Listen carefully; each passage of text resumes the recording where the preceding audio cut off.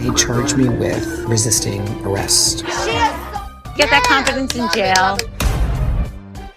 I object. Hello, everybody, and welcome to another episode of Allegedly Bravo. I'm Lauren. And I'm Cash. Hi, Cash. How are you? Oh, fabulous. Gosh, I feel like I haven't talked to you in literally a week. I know. I've been so busy. Work. All work and no play. Okay, first let's give a shout out to our VIP patrons. Thank you guys so much. You guys you're really helping us a lot. So go follow Classic Skytops. Leah is a VIP patron. Our friend Wendy Beth. Hi, thank you. Love so her. Much. Love her. Wendy. Thank you so much for always being so supportive. And to CK, thank you for your support. CK, love the name. I know. What a clever name. Okay, so quick update from a UK listener. Oh my gosh. Like, we got a message that truly, it made me laugh so fucking hard.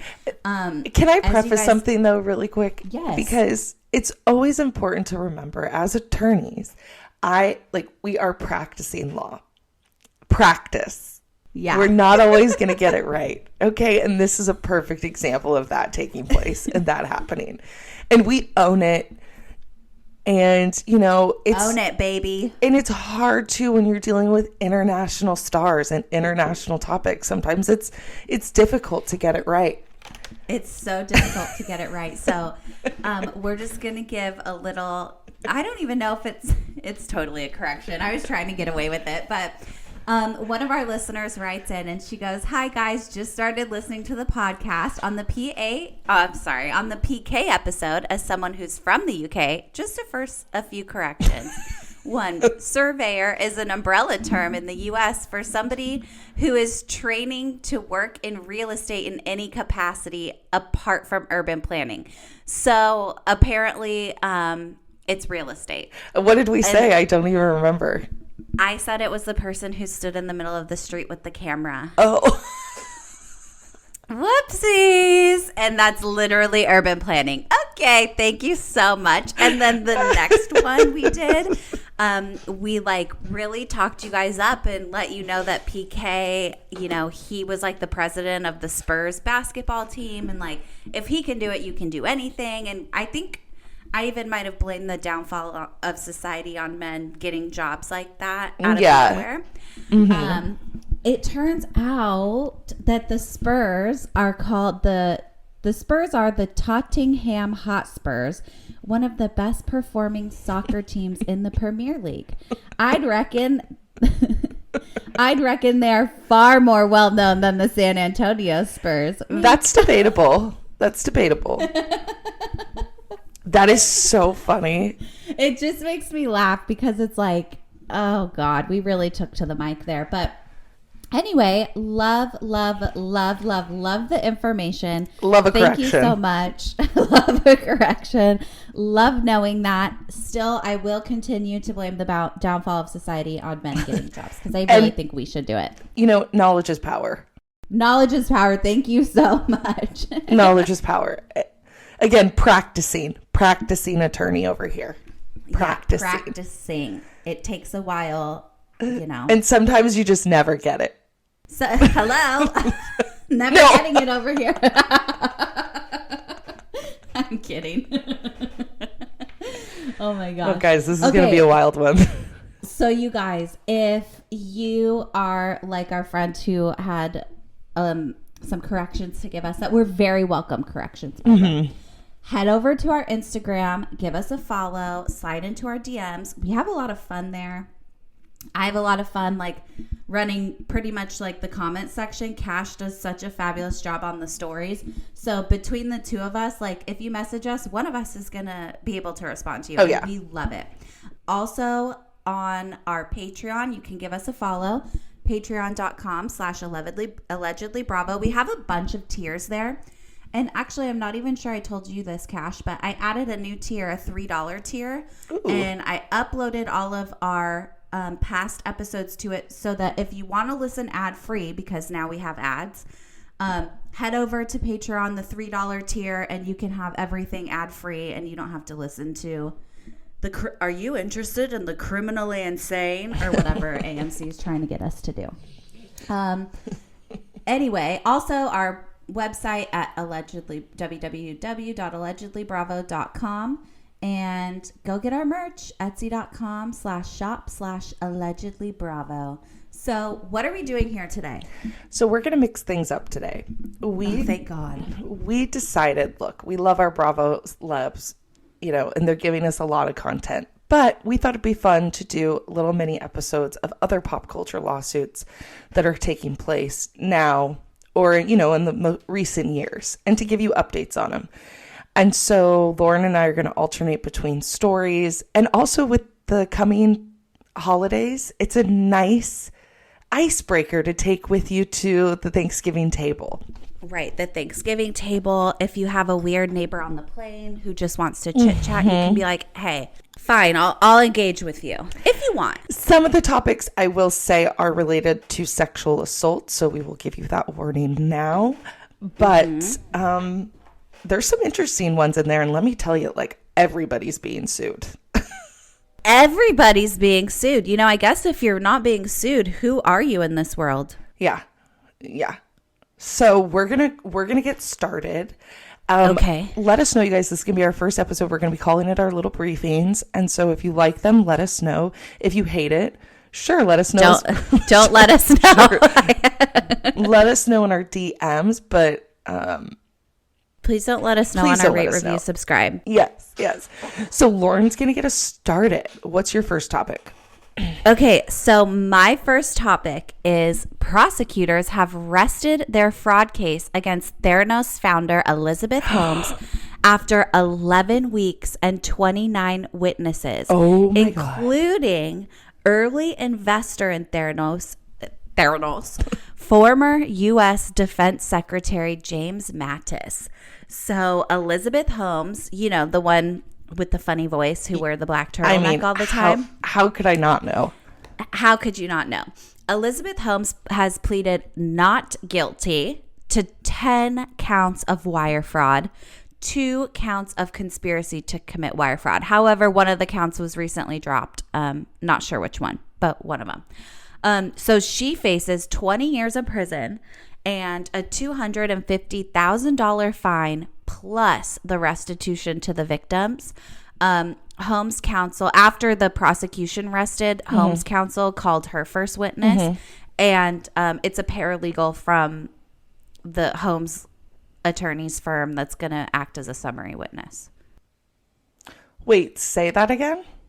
Okay, thank you, because I'm confused as well. Holmes counsel called their first witness, a paralegal from their firm, acting as a summary witness.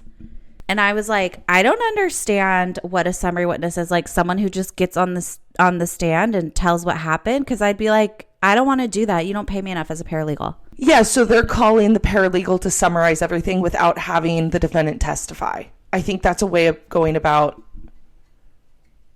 telling the defense's side of the story without having Holmes get up and testify. Oh, okay. Interesting. Well, here's the thing. So she faces 20 years in prison and a $250,000 fine, plus the restitution. And I just feel like, I don't know. I feel like it's 20 years in prison and $250,000. Those don't match up to me. I feel like $250,000 fine would go well with 5 years in prison, but I feel like 20 years in prison, you should be expected to pay a bigger fine. Yeah. Yeah. I bet the restitution's just out of this world, though. Oh, I'm sure. So, can I give a quick actual legal definition of the summary witness? So it's evidence rule 1006, and that's the federal rules. And so it states that a summary witness, so they do not offer opinions on standard of care, causation, or even what injuries the plaintiff sustained as a result of, any type of malpractice, negligence, fraud. Instead, what they do is they provide a clear and unbiased explanation of what your client endured. So the idea is for the jury to fully comprehend how your client's life was affected by his or her negligence. This example is related to medical malpractice, which makes sense. So the person doesn't have to get up and testify to it. But what happened to your face? Oh, I'm sorry. I didn't know that you could see that. I was just seeing if I could do the background. I didn't know it did it. Lauren just turned into so the Supreme Court justices. Literally my whole face. I'm so sorry. I did not know you could see that. Oh, that's funny. Okay, so that's a summary witness. Wow, we learned something new. I know. That is pretty cool. Interesting. Again, practicing. Here we are, learning. Again, it's the practice of law. You get back. No, you fall down. I get back up again. That's literally You what get we're knocked doing. down. Yeah. I get up again. So okay, funny. what do you have for me? Okay, wait. Let me pull it up. We'll start with one of the more lighthearted ones. So I don't know if you've heard of this, but fake Justin Bieber art show slapped with illegal letter. Huh? Yes. So according to Page 6, back in September, there was an art show that was claiming to be an exhibit of a profound and erotic artwork by Justin Bieber. Wait, like Justin Bieber allegedly did erotic art. Allegedly. And so his artwork was up for sale. And so originally back in September, Page 6 said, this has got to be a hoax, right? Well, come to find out it was. So now the man behind the ruse has been exposed by ArtNet as Brian Whittley, an artist and founder of the Satellite Art Show, who says the whole thing was a comment on overpriced artwork by celebrities. Wow. And so I get that whole concept of saying, look, like any celebrity can come out and sell artwork for $100,000, whether it's Chris Brown. Well, Chris Brown, I know he does artwork, or he sells art. And then that whole Mr. Brainwash, do you remember that story? That was kind of a play on Banksy, because and so Mr. Brainwash created art just to show like you could sell anything for hundreds of thousands of dollars. Like you could spray paint. It's called like a Belvian good or something. You There's can like a word for it. You can spray paint like love on a canvas, and you can bring in celebrities and they'll just pay hundreds of thousands of dollars. And it's so funny because he now is a profound world-renowned artist, and like Kris Jenner, they go and they buy his artwork all the time. And so it started out, art becomes reality. yeah, and it was started out like satirical, and now it became this, it's actually like a legitimate business. But I don't think the art world like loves him. But anyways, back to Justin Bieber. So the artist is claiming, hey, look, it was a comment on overpriced artwork. And so he says that he got a letter from Bieber's legal team saying that it was a direct infringement of our client's intellectual property, which is very true because Justin Bieber owns likeness rights, correct? And so anybody using his name, using his image, he owns that. Yeah. And so anybody using it without his authorization is in violation of that. And so a fun, just quick little segue of this, I did a project in law school about using somebody's likeness, and it was Rick Ross. There's a famous case about it. You know Rick Ross, the rapper? Yeah. So do you know that there's a legitimate Rick Ross who was a cocaine drug dealer who had been arrested? Yes. Oh. And so the real Rick Ross sued artist Rick Ross for using his likeness. Unfortunately, he did not win. But I thought, I always think of that case. That's super interesting. And there's actually a lot of documentaries on it, which is... Just you said Banksy, and it just sparked a memory for me Sure. that has to do with TikTok because I'm brainwashed. And it was this girl this week. She was she lives in New York, and she got out of the subway and she saw some guy like selling art on the side of the subway for $60 each. And she said they looked similar to Banksy stuff. So she like went and got some cash and came back and bought two because she thought it was like kind of cool or whatever. And long story short, it turns out she bought two legit Banksy pieces. Oh my gosh. I know, for like $60 each on the side of the like from Banksy. Oh, wow. I know. So interesting. All right, so let's... Oh, sorry. So really quickly, the artist is really just coming back and saying it was satirical, it was artistic, and we're so saddened that Justin Bieber's legal team would come out and think that this was legitimate and not understand that it was parody and that it was funny. It's like, no shit, he does. Like, of course he doesn't think it's funny. You made $500,000 or however much money and using his likeness to put into your pocket. Right. And also, I want to know if the people that bought the art, were they in on it? Did they understand it was a satirical? Yeah. Right. Because then potentially you have a fraud claim.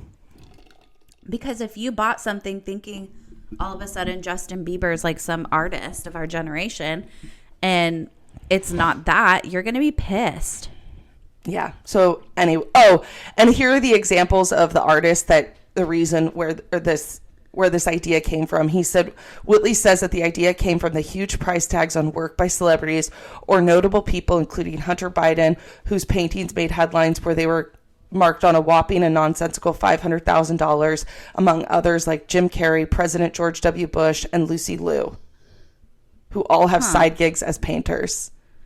Well, here's the thing. I feel like if you're a good painter and you're an artist, I don't think we should be pigeonholing people into like, you can only be Lucy Liu. Like, you can only be this. Like, no, if you're an artist, go be an artist. Like Jim Carrey and George W. Bush are both legitimate artists.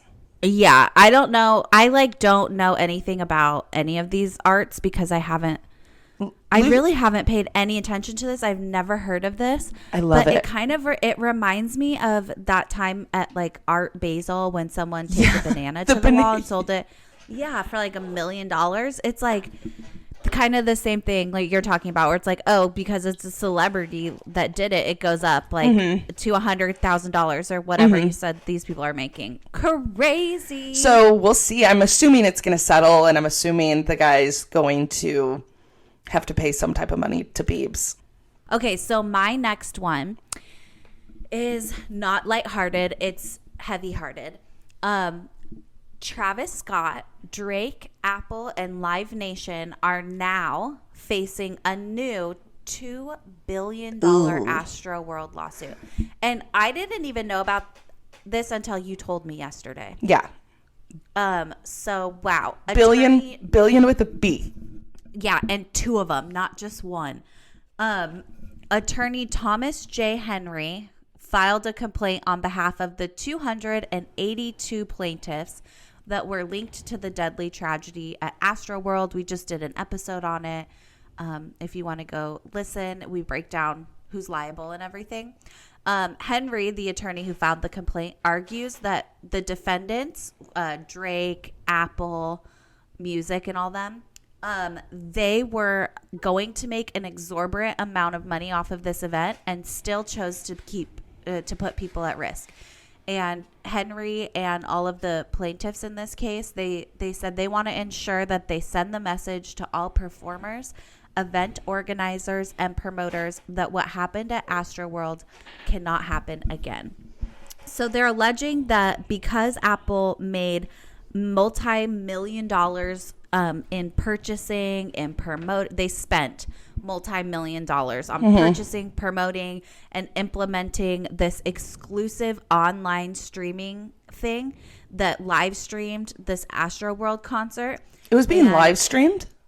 Allegedly, it was being live streamed by Apple Music. I didn't know that. And apparently, it played a critical role in the disaster because the way the premises were arranged were to benefit those cameras at the detriment to concert safety. Oh, interesting. Yeah. So an attorney who was interviewed by Rolling Stone said that he expects that all of these different lawsuits, because, there's like a bunch now. I don't know how many, at least 12. Yeah, will it just become a class action? He thinks that they'll all be consolidated within at least 60 days. Yeah. So we'll keep an eye on that. But I found that really interesting. Like, I guess that's actually so true. All the people who were set to make a lot of money on these concerts and stuff, like, I feel like they do actually have kind of an obligation to make sure that the event that they're investing in is safe and that nothing that they're doing is interfering with that. I know this is probably a terrible analogy, but it's the first thing that came to my head. It's like building a home where you have to have inspectors come in. You have to have people who are making sure everything is safe, the foundation's safe, the wiring's safe, for somebody to live there and to for it to be habitable. Right. And I feel like the same thing should be done with concerts, where you have somebody like an inspector general, somebody that comes in, and the fire chief. Like it makes, to me, that you would have to have the fire chief come in, the police chief. Like there should be a board, like a safety board in each county and each city where, like Coachella, where these huge concerts are taking place, to ensure that there's, and maybe they do, but maybe it's not to the magnitude that it needs to be, because especially with like mass shootings, mass casualties, fires, terrorist attacks, like people need to have exits and an exit plan. And we also have to have paramedics, EMTs, police officers who are present, ready to assist. I totally agree with you. And, the thing is, like, across America, every single county, at least that I'm familiar with or have heard of, every county has a county fair or a state fair. Mm-hmm. So these counties and these states and these fire departments and all of this, they know how events work. It's not like it would be the most insane thing to have like this group of people check in on the concert. They do big events all the time. So I agree with you. Why aren't they? You have to remember though that they have to, whoever's putting on the program or the concert has to pay the police officers, and they have to pay the city. And they should. Yeah, and what I think they should do is, like, you should have to submit a safety plan. Like Travis Scott or Drake, whoever it is, you should have to create a safety plan that has to meet the standards of the city or county where the concert's taking place. I think that's such a good idea. Did we just come up with something? I think we just fixed it. And I think that's actually really great. And if you guys are listening, everybody who's in charge of counties and cities and events,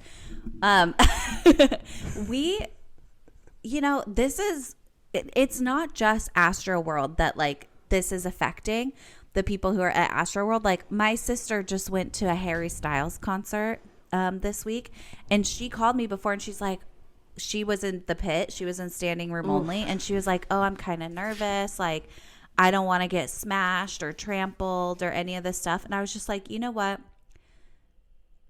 I don't believe that would ever happen at a Harry Styles concert. No. Like, I think we all learned a very important lesson. And I just feel like it should be on the artist and their team to put together all these safety protocols. And my sister said that like in the pit, there was like one security guard every like 3 feet.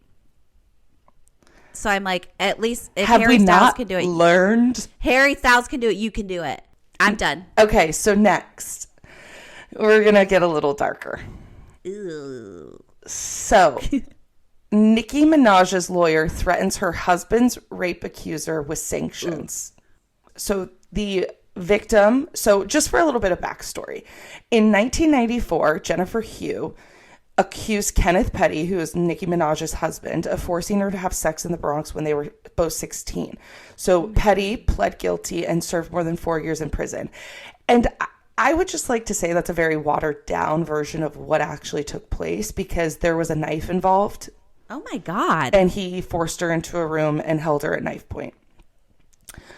And so... And pled guilty? So he pled guilty, and most of you probably know this, but he is a registered sex offender.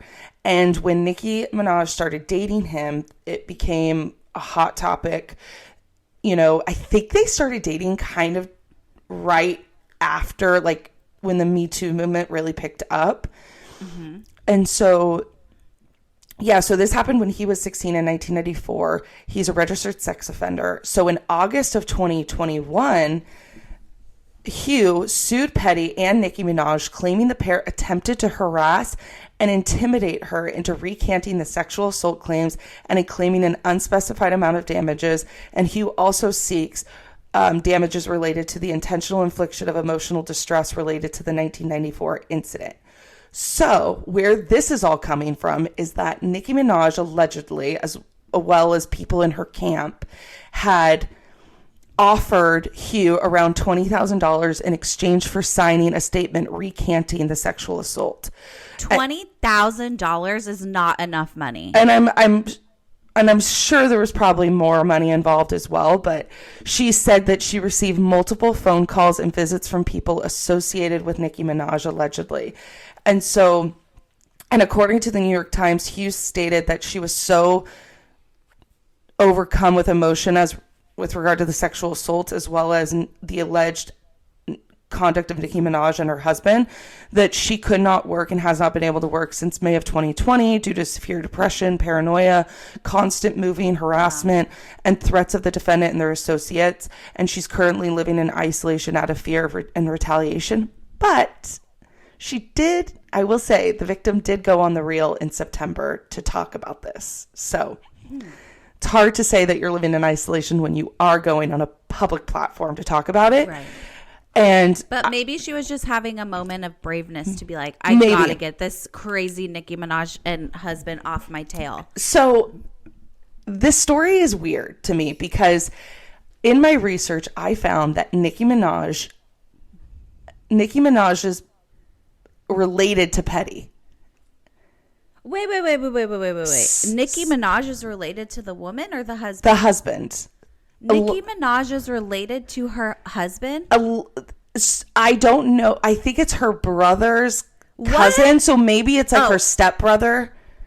But Okay, your brother's cousin is your cousin. That's your cousin. I know. But I think it says they're like interconnected somehow. And so I don't know if it's by blood, but there's a familial lineage of sorts.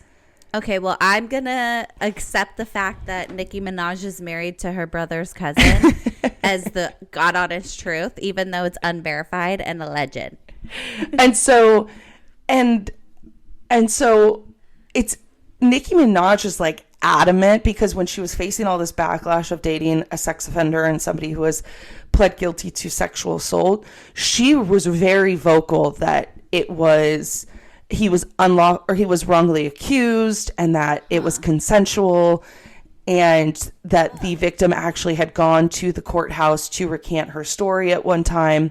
But then the victim came out and said, no, the only reason why I went to recant my story is because I was so in fear of my life and my safety because I was being harassed by his family that she actually picked up and moved from New York to Florida. Okay, so if she fully like fled states and hemispheres, I tend to even believe her more than I already had. You know, like that's crazy. Like what were they doing to her, like to make her leave an entire state? Well, and if you think about it, that's horrible. She fled the state after in 1994 when the incident occurred. But with the recent retaliation that's allegedly stemming from this Nicki Minaj's marriage to Petty, that makes, to me, it kind of tracks because, you know, you have this victim who's retelling her story about Nicki Minaj's husband and Nicki Minaj doesn't want that information out there. Yeah, exactly. And I also think Nicki Minaj's husband didn't register and he was re-registered as a sex offender. I think he was picked up or he was arrested and I think he had to go back to court to re-register as a sex offender. Yeah. And I think he also pled guilty to manslaughter at one point. But what? Manslaughter? As in someone died? Yeah. Yeah, so it says right here, he pled guilty to manslaughter in 2006. This was a reduction from an original charge of murder in the second degree following a plea deal. An original complaint surrounding the case alleges Petty was responsible for the shooting death of Lamont Robinson. He went on to serve 7 years of his 10-year prison sentence before being released in 2013. So he just like... Oh, and right here, in March of 2020, Petty was arrested for failing to register as a sex offender in California. And on September 9th, Petty pled guilty to the charge. Petty could be Okay. facing a maximum 10-year prison sentence and a lifetime of supervised release and a fine. Okay, so you just said what day did he turn himself back in? So he was arrested on March of 2020. Uh-huh. Yeah, and then the stories, September 9th? yeah, the timelines, I know what you're trying to do. The timelines parallel one another. But of her baby, when her baby was born? Nicki Oh. Minaj's baby was born on September 30th, 2020. No, So he, it's like, yeah, and so Yeah. on September 19th, though, he pled guilty. Or I know, September so I'm 9th. saying like, imagine like 11 days before you give birth to your baby, like your baby daddy just goes and pleads guilty to like not registering as a sex offender. I mean, in what world is what is Nicki Minaj doing? And I know we said we weren't going to talk about Bravo, but now I'm kind of like, was it appropriate to have her on the reunion? I don't know. Maybe we should have let this dust maybe work itself out. I don't think a lot of people are aware of this story. And I don't think wasn't. Yeah, I don't think a lot of people are aware that the victims coming out saying, "Hey, look, like I've been told to recant my story and I'm trying to be allegedly paid off by Nicki Minaj and her husband to recant so that I'm assuming so then his conviction's overturned and he's no longer a sex offender." Because she probably doesn't want to have a baby with a sex offender. Well, yeah, and it's harmful, and allegedly it's harmful to her reputation. Oh, well, I don't think that's alleged. 1,000%. Like, if you're having babies with sex offenders, like, we don't respect you as much. I don't. So, yeah, your reputation's harmed. Jeez Okay. Louise. I know. had no idea. Like, I had heard that Nicki Minaj, like, knew people who were in trouble legally. And I thought it was her brother that did something fucked up. And so I was like, I don't think it's fair to hold people responsible for the actions of their siblings. Because, like, that's not fair. But, like, okay, you had a full baby and you're, like, helping to allegedly sort of, like, bully this woman who went through a traumatic situation. No, thank you. Allegedly, according to the internet. yeah, and this is all on page 6. A bunch of articles, and a bunch of news organizations have picked this story up. Wow. Okay, should I go? Yeah, do you have something a little lighthearted? I have something really lighthearted, and I want to read the thing, and then I kind of want to just have like a discussion about it. Okay. A court battle is brewing over Prince Philip's will. I know.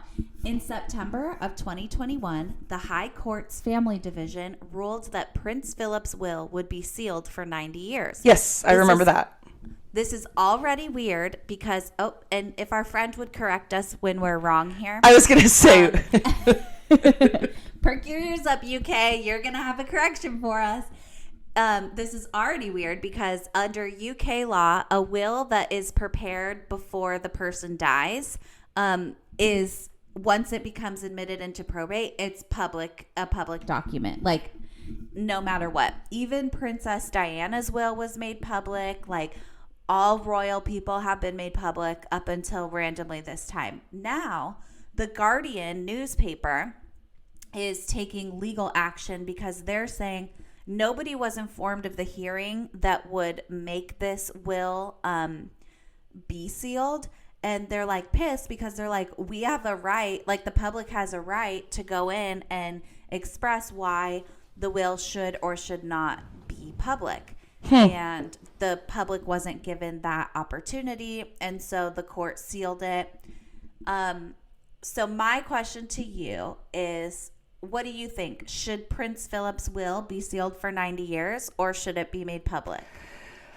I don't know I don't know because I don't know how the whole palace royalty thing works. Like, if that were the president of the United States, I think it would be kind of weird. Well, I think that would be weird because, like, when you're the president, you kind of like borrow the White House and the chef and everything, and you can't accept gifts and all that. But with the royals, it's kind of like you own a bunch of land, like you own a bunch of there's diamonds. A public and, interest in knowing. Yeah, exactly. I think there's a public interest in knowing, like, what are you willing? Like, how can we be sure that you're not legally willing something that the public does have an interest in? And like, now that I know I can't see it, and I probably won't see it before I die, I'm like, can someone leak it? Yeah, I would love to know what's in there. I mean, for my own self-interest, I want to know what's in there. And I'm sure, but maybe I want to know, like, people. Maybe he just left it all to what's-her-face, the queen. Meghan Markle? Oh. Oh, God. Can you imagine? Oh, my God. Leave poor Meghan alone. Yeah. So my opinion on this whole thing is, show me the will. But I I would love to know. wonder though, if the palace and the royalty get special. There's a special rule in the law that allows for their matters to be handled privately and not public. I looked into that because I was like, well, this is weird. I don't know. I just feel like when people die, like, I hate will contests. I think it's gross. But apparently, long ago in the history of the monarchy, there was a queen who basically was like, from here on out, all of the royal wills will be public. Mm-hmm. And so this is the first one since like the early 1900s that has even been motioned to be I have a question sealed. for you, though.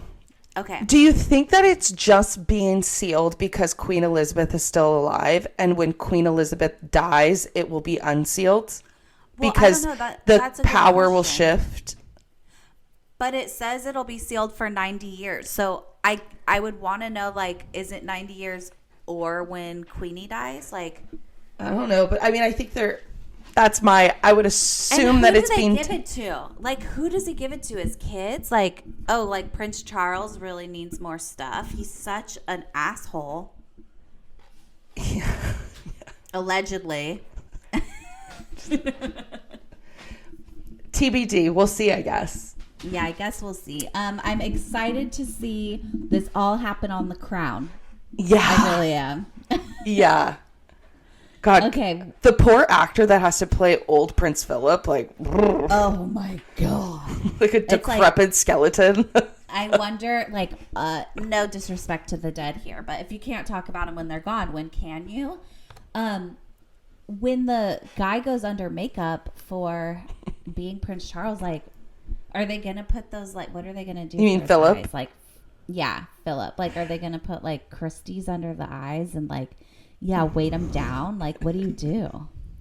I don't know, but it's going to be so fun. I can't wait. They should get the actor who plays Bernie from Weekend at Bernie's to play Prince Philip. Oh, so funny.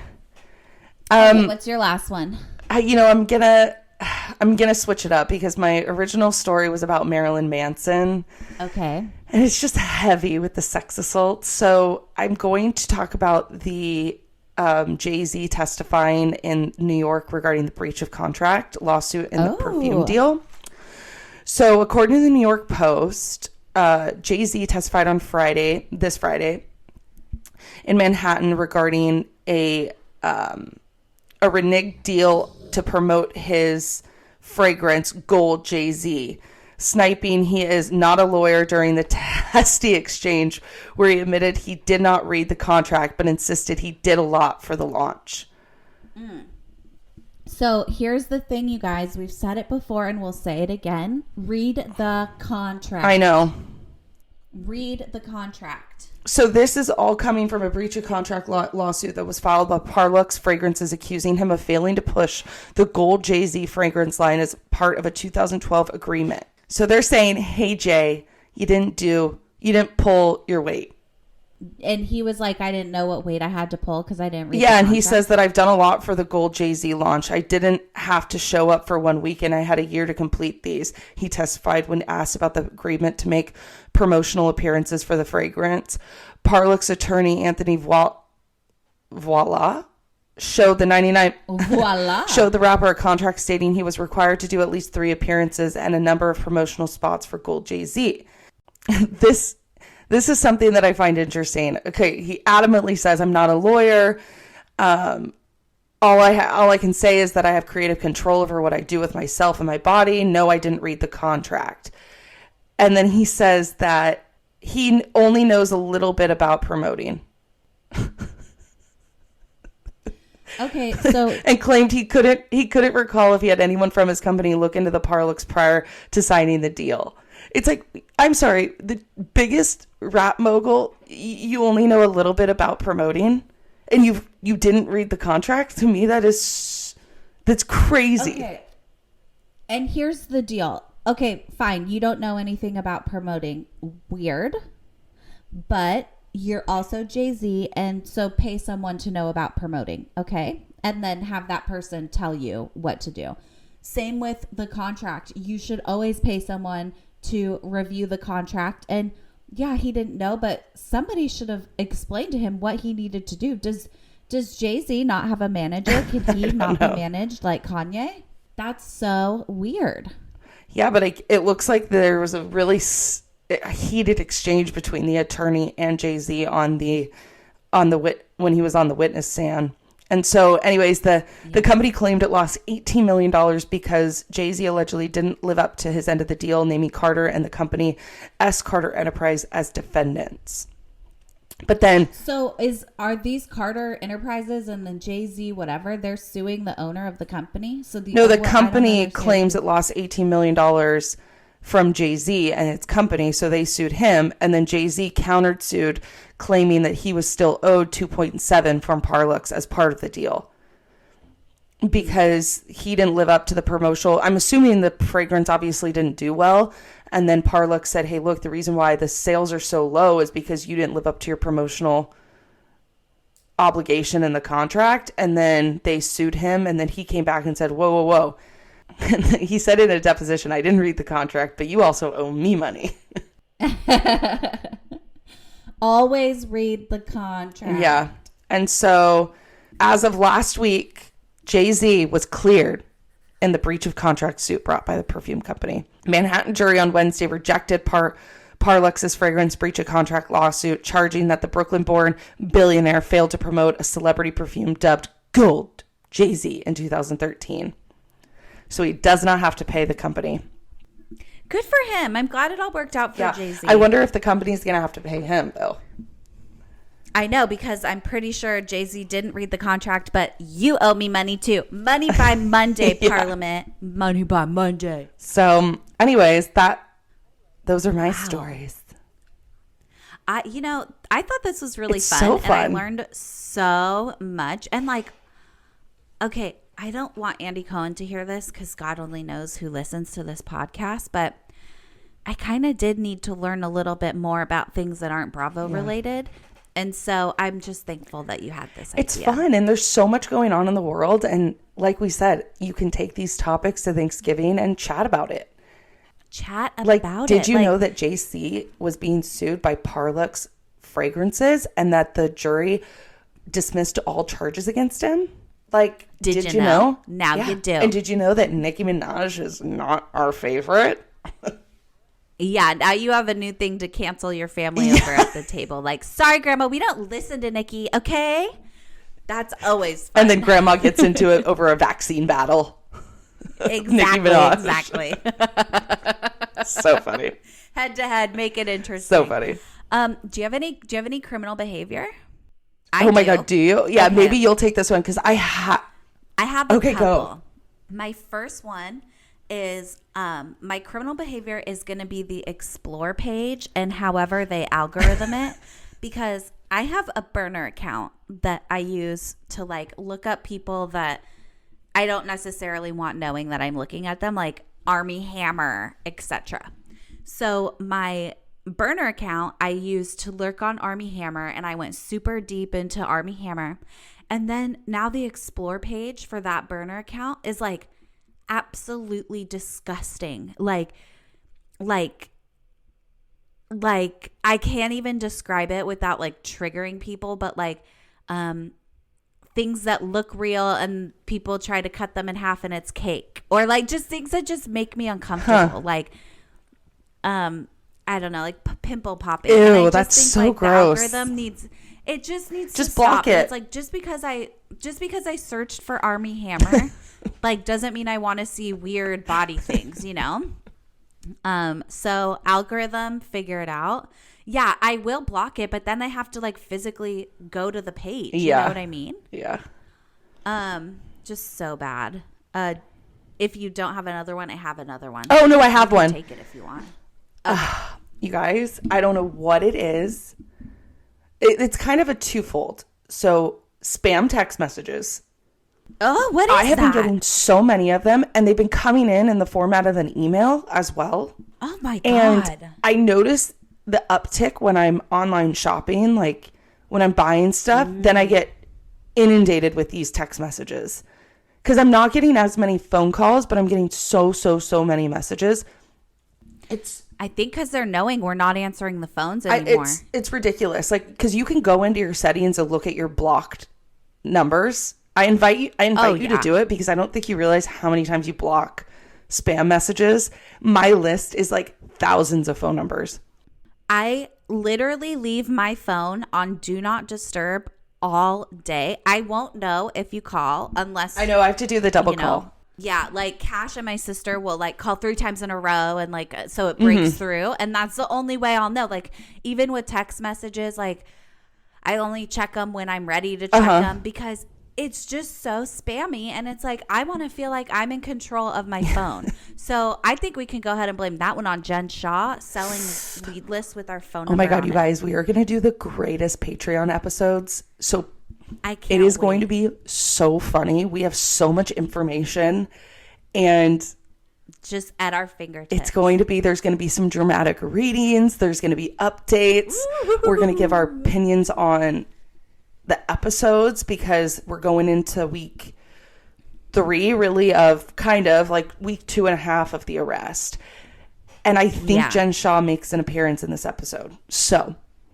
I have the chills. So, I'm excited. So go over to our Patreon and join the likes of Leah from at Classic Skytops and our friend Wendy Beth and our other friend CK. And join our Patreon and we'll give you content. It's so fun. It's amazing, especially if you want to add free. It's so fun. It's a little unfiltered. Oh, a lot unfiltered. Yeah. So if you like this, you'll love that. So, all right, guys. Talk to you later. Bye.